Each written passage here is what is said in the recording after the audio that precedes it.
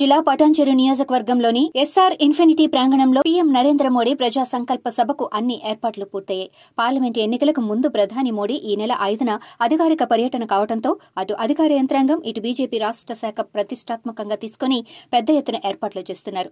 సంగారెడ్డి జిల్లా పటాన్చెరు నియోజకవర్గం పటాన్చెరు ఎస్ఆర్ క్రీడా ప్రాంగణంలో మోడీ సభ ఏర్పాట్లు పూర్తి కాగా కేంద్ర బలగాలు సభా ప్రాంగణాన్ని తమ ఆధీనంలోకి తీసుకున్నాయి.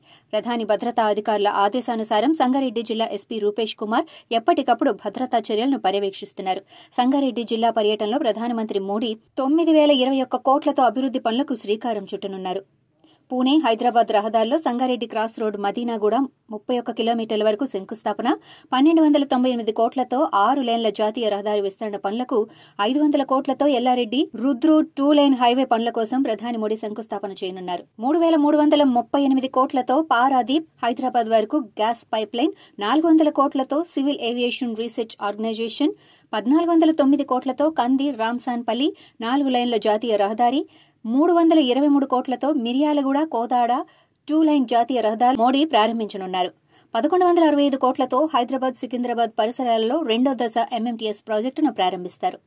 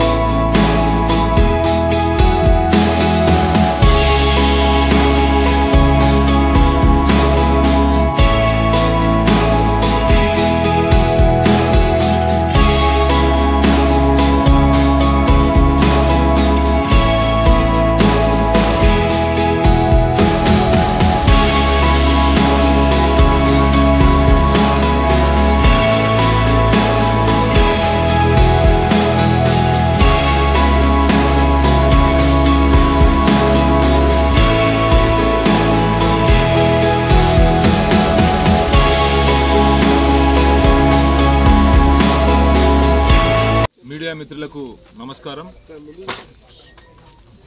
ఈరోజు infinity ground beside Yellanki college Patelguda పటాన్చెరులో గౌరవ కలెక్టర్ గారితో అదేవిధంగా ఎస్పీ గారితో గ్రౌండ్ పరిశీలించడం జరిగింది. ఈ గ్రౌండ్ గౌరవ ప్రధానమంత్రి నరేంద్ర మోదీ గారు 5వ తారీఖు నాడు కొన్ని అభివృద్ధి కార్యక్రమాల్ని ప్రజలకు అంకితం చేయడానికి రావడం జరుగుతున్నది.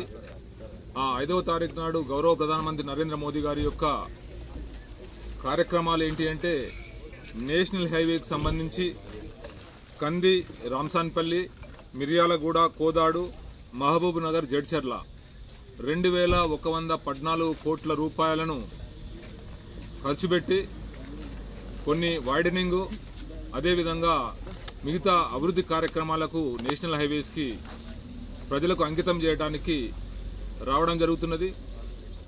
ముఖ్యంగా తెలంగాణ ప్రజలందరికీ కూడా చాలా సంతోషకరమైన విషయం. ఇప్పటికే గౌరవ ప్రధానమంత్రి గారు తెలంగాణకు కొన్ని లక్షల కోట్ల రూపాయలు అభివృద్ధి కార్యక్రమాలకు చేయడం జరిగింది. ఈ టైంలో కూడా నేషనల్ హైవేస్కి దాదాపు కొన్ని వేల కోట్ల రూపాయలను కూడా తీసుకురావడం జరిగింది. గత నెలలో గౌరవ రైల్వే ప్రాజెక్టులను కూడా ప్రారంభించడం జరిగింది. ఇప్పుడు మళ్ళీ ఇంకా రైల్వే ప్రాజెక్టులను కూడా ప్రారంభించే దశలో ఉన్నవి. ఇప్పుడు నేషనల్ హైవే ప్రారంభించడానికి గౌరవ ప్రధానమంత్రి నరేంద్ర మోదీ గారు రావడం జరుగుతున్నది. కాబట్టి తెలంగాణ ప్రజల యొక్క ఆకాంక్ష ఏంటంటే అభివృద్ధి.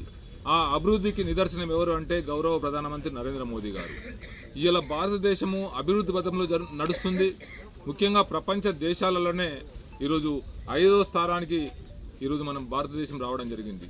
దానికి పూర్తి కారణం ఎవరంటే గౌరవ ప్రధానమంత్రి గారి యొక్క అవినీతి లేని పాలన ఈరోజు ఉన్నది. కాబట్టే మనము 10వ ప్లేస్ నుంచి 5వ ప్లేస్కి రావడం జరిగింది. ఈరోజు ప్రజలందరూ కూడా ఎదురు చూస్తున్నారు గౌరవ ప్రధానమంత్రిని నరేంద్ర మోదీ గారిని మరి 3వసారి కూడా ప్రధానమంత్రిని చెయ్యాలి అని చెప్పేసి.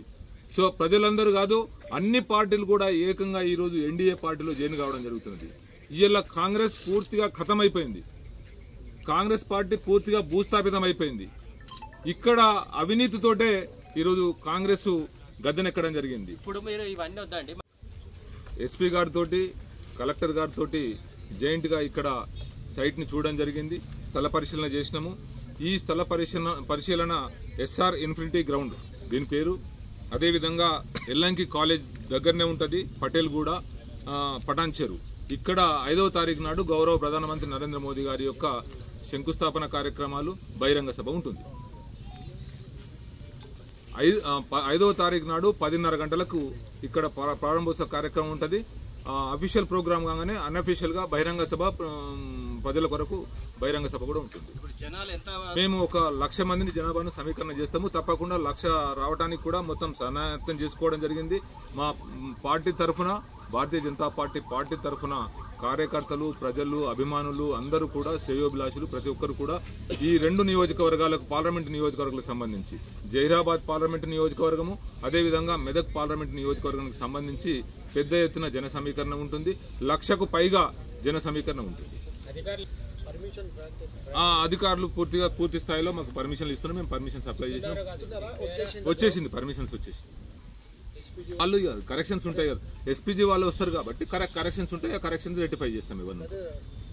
ఓకే, ఇంకా ఇదే, దీనిలో ఇంకా మార్పు ఏమి ఉండదు.